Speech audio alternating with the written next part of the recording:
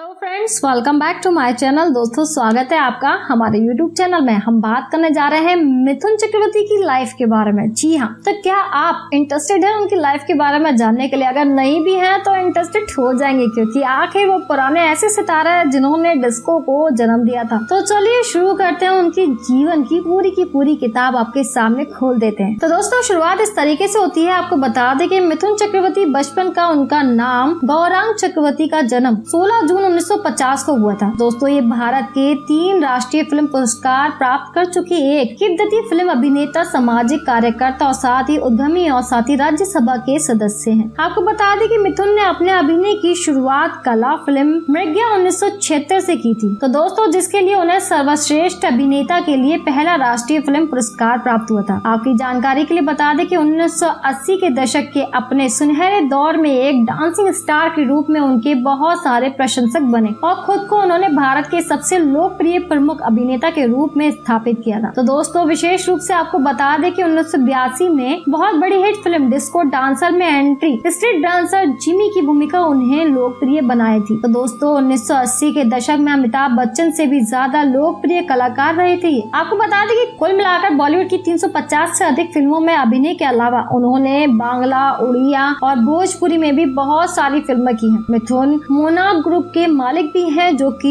Hospitality sector से कार्यरत हैं। तो दोस्तों, उनका जन्म कलकत्ता में हुआ और साथ ही कलकत्ता के ही विख्यात स्कॉटिश चर्च कॉलेज से उन्होंने रसायन विज्ञान में BSc की डिग्री हासिल की। उसके बाद वे भारतीय फिल्म और साथ ही टेलीविजन संस्थान पुणे से जुड़े और वहीं से दोस्तों उनका कार्यक्रम जो है फिल्मी दुनिया का चालू हुआ। ये बहुत ही कम लोगों को अज्ञात है कि दोस्तों की मिथुन जो है फिल्म उद्योग में प्रवेश करने से पहले एक कट्टर नक्सली थे। जी हाँ, लेकिन उनके करियर को कठिनाई का सामना तब करना पड़ा जब उनके एकमात्र भाई की मौत दुर्घटना की वजह से हो गई थी, बिजली के करंट लगने की वजह से। इसके बाद दोस्तों मिथुन अपने परिवार में लौट आए और साथ ही नक्सली आंदोलन से खुद को अलग कर लिया। हालांकि ऐसा करने के कारण दोस्तों नक्सलियों से उनके जीवन को खतरा उत्पन्न हो सकता था, क्योंकि नक्सलवाद को वन वे रोड माना जाता है। जी हाँ, ये उनके जीवन का एक महत्वपूर्ण मोड़ साबित हुआ और जीवन में उन्हें एक आइकॉनिक दर्जा प्रदान करने में प्रमुख कारण बना। आपको बता दें, ये बात भी कम लोग ही जानते हैं कि उन्होंने मार्शल आर्ट में महारत हासिल की है। मिथुन ने भारतीय अभिनेत्री योगिता बाली से शादी की और वह 4 बच्चे, 3 बेटे और 1 बेटी के पिता भी हैं। ज्येष्ठ पुत्र मीमो चक्रवर्ती, जिन्होंने 2008 में बॉलीवुड फिल्म जिमी में अपने अभिनय जीवन की शुरुआत की थी। तो दोस्तों,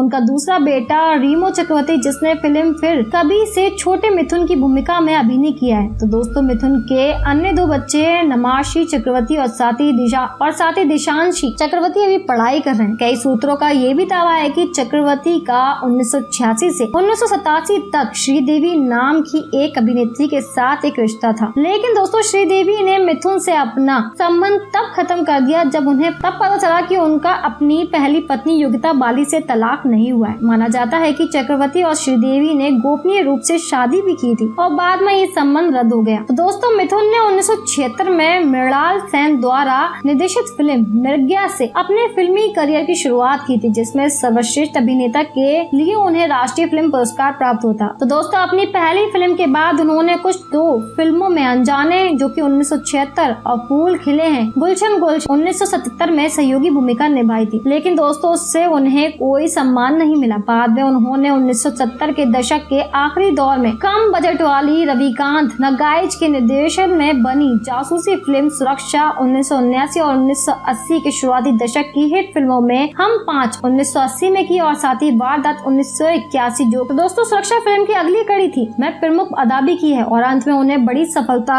म्यूजिकल फिल्मों यानी कि डिस्को डांसर से, जो कि 1982 में मिली थी। तो दोस्तों, ये फिल्म अपने संगीत की वजह से एक बड़ी हिट हुई थी और आज भी ये पसंद की जाती है। दोस्तों, इस फिल्म के साथ दूसरी म्यूजिकल फिल्में मसलन कसम पैदा करने वाले की, जो कि 1984 और डांस 1987 ने उन्हें एक बेहतरीन डांसर के रूप में प्रतिष्ठित किया था। आपकी जानकारी के लिए बता दें कि 1980 के दशक के दौरान उन्होंने रोमांटिक और पारिवारिक ड्रामा वाली कई सफल फिल्में मुझे इंसाफ चाहिए, जो कि 1983 में और प्यार झुकता नहीं 1985 में हुई थी, स्वर्ग में सुंदर 1986 में और प्यार का मंदिर 1988 में मुख्य भूमिका में अभिनय किया था। तो दोस्तों, इन फिल्मों की गिनती आज भी उनकी सबसे सफल व्यावसायिक फिल्मों में होती है। आपकी जानकारी के लिए बता दें कि वांटेड बॉक्सर, जागीर, जाल, वतन के रखवाले, कमांडो, वक्त की आवाज, गुरु, मुजरिम और दुश्मन जैसी फिल्मों में उन्हें एक एक्शन हीरो के रूप में मान्यता प्राप्त हुई है, जो कि 1980 से लेकर 1990 के दशक की थी। तो दोस्तों आपको बता दें कि 1980 के दशक के मध्य में उन्हें अमिताभ बच्चन के एक प्रतिनिधित्व के रूप में देखा जाने लगा, क्योंकि उन्होंने दर्जनों एक्शन और ड्रामा से भरपूर फिल्मों की, जिसमें दोस्तों उनकी छवि एंग्री यंग मैन की बनी, जो कि समाज की बुराइयां और भ्रष्टाचार से लड़ता है। उनकी ये खासियत बच्चन जैसी ही थी दोस्तों। इसी तरह उन्होंने अपने समय की बॉलीवुड की कुछ बड़ी अभिनेत्रियों जीनत अमान, पद्मिनी कोल्हापुरी, रति अग्निहोत्री, रेखा, श्रीदेवी, माधुरी दीक्षित समेत कईयों के साथ में काम किया। तो दोस्तों मिथुन को न केवल व्यावसायिक सफलता मिली बल्कि समालोचकों की प्रशंसा भी प्राप्त हुई। दोस्तों मृग्या, तहादेर कथा और साथ ही स्वामी विवेकानंद में उनके अभिनय की व्यापक रूप से सराहना की गई है। उन्हें राष्ट्रीय फिल्म पुरस्कार से भी सम्मानित किया गया। उन्होंने 2 फिल्म फेयर पुरस्कार जीते हैं, जो कि 1990 की फिल्म अग्निपथ में फिल्म फेयर का सर्वश्रेष्ठ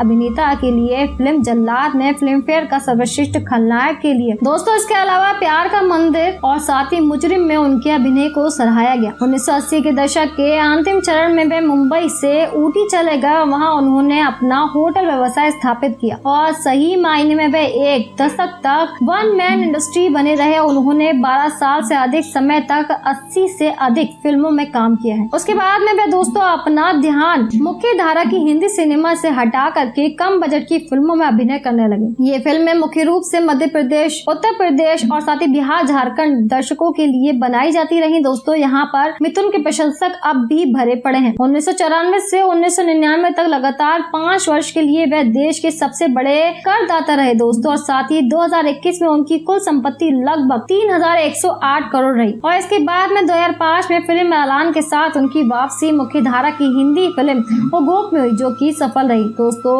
lucky, no time for love 2005 में जैसी कुछ फिल्मों में सहायक भूमिका में आने के बाद में कल्पना लाजमी की चिंगारी 2005 में उनके अभिनय को सराहाया गया। और 2007 में आई मणि रत्नम की हिट फिल्म गुरु के लिए उन्हें समालोचकों की प्रशंसा काफी ज्यादा मिली। तो दोस्तों वापसी के बाद गुरु उनकी व्यावसायिक रूप से सफल होने वाली पहली फिल्म रही। और 2008 में मिथुन की 4 फिल्में रिलीज हुई। माई नेम इज एंथनी दोस्तों, जी हाँ, गोजालिब और साथ ही डॉन मुथुस्वामी सी कंपनी और साथ ही हीरोज, जिनमें हीरो अच्छी चली और डॉन मुथुस्वामी में उनकी कॉमेडी को पसंद किया गया। और उनकी ताजादरीन फिल्मों में दोस्तों सुभाष घई की फिल्म युवराज में उन्होंने कैमियो की भूमिका अदा की, और जबकि Chandni Chowk 2 China box office पर सफल रही। उनकी जो लाके हैया ने दोस्तों अनेक राष्ट्रीय पुरस्कार भी जीते हैं। उनकी आने वाली फिल्मों में जिंदगी तेरे नाम सलमान खान के साथ में वीर और डिम्पल कपाड़िया के साथ में फिल्म फिर कभी, राख और साथ ही बाबर और कन्नड़ फिल्म माणिक्य है। दोस्तों मिथुन दा की ताजा रिलीज सोहम शाह द्वारा निर्देशित संजय दत्त के साथ में अभिनीत फिल्म लक के शुरुआत से तो अच्छी की, पर दोस्तों कुछ मिला करके औसत रही, लेकिन अपने बोल्ड विषय के कारण फिल्म चल चले समीक्षकों की सराहना प्राप्त हुई। आपको बता दें कि बॉलीवुड कैरियर के समांतर मिथुन चक्रवर्ती अपनी मातृभाषा बांग्ला फिल्मों में